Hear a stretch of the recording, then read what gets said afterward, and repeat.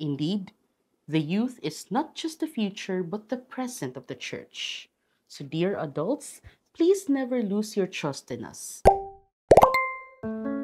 Good day, everyone.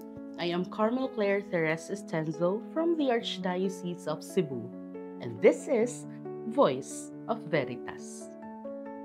I was blessed with an opportunity to join as a pilgrim in the National Youth Day 2025 in Cáceres, Bicol region. It's been days since it ended, yet the experience, insights, and reflections remain vivid in my heart. I went to Cáceres carrying with me little to no expectations. It was my first time participating in a National Youth Day and a youth gathering as a participant.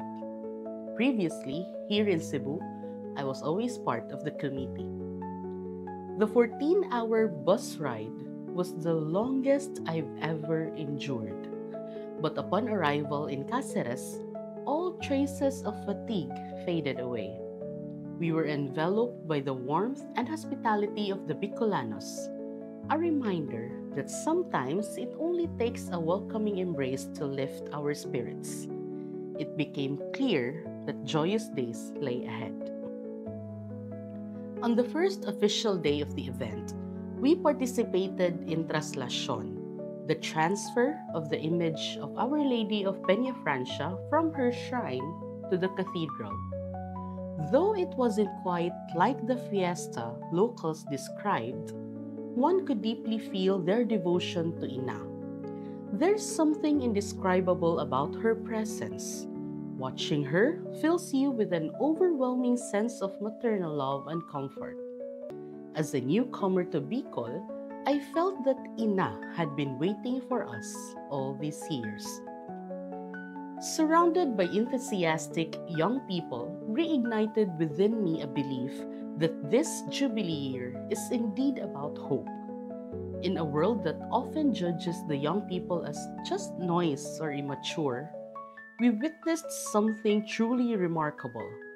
8,000 pilgrims gathered in unity, singing Salve Regina together, proclaiming the love of God with purpose and passion.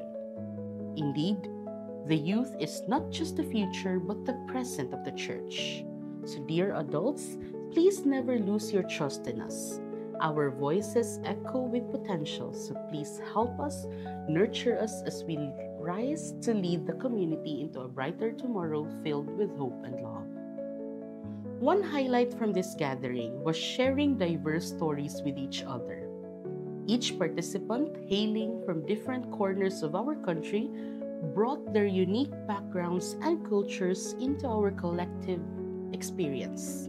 In those moments, I realized that our differences are not obstacles but rather strengths, each piece contributing to an intricate jigsaw puzzle that forms a beautiful picture when united.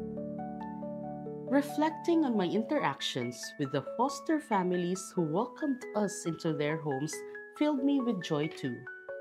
They made sure we felt at home and were never strangers among them. Their kindness reaffirmed my faith in community that although darkness exists in this world, it is eclipsed by acts of goodness and compassion. Now I'm back in Cebu, brimming with inspiration and energy to serve God and His people. National Youth Day was a transformative experience, one that reignited the spark within me. As we gathered in fellowship, sharing stories and dreams, I felt an overwhelming sense of community and purpose. Human as we are, we often feel tired from the burdens of daily life.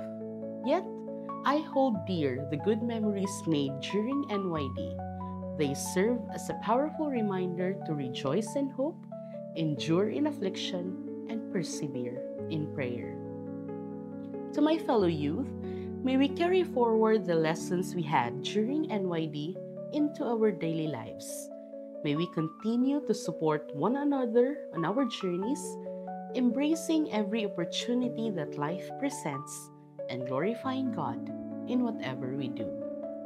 Diyos mabalos, daghang salamat, thank you. This is Carmel for Radio Veritas Asia, the voice of Asian Christianity.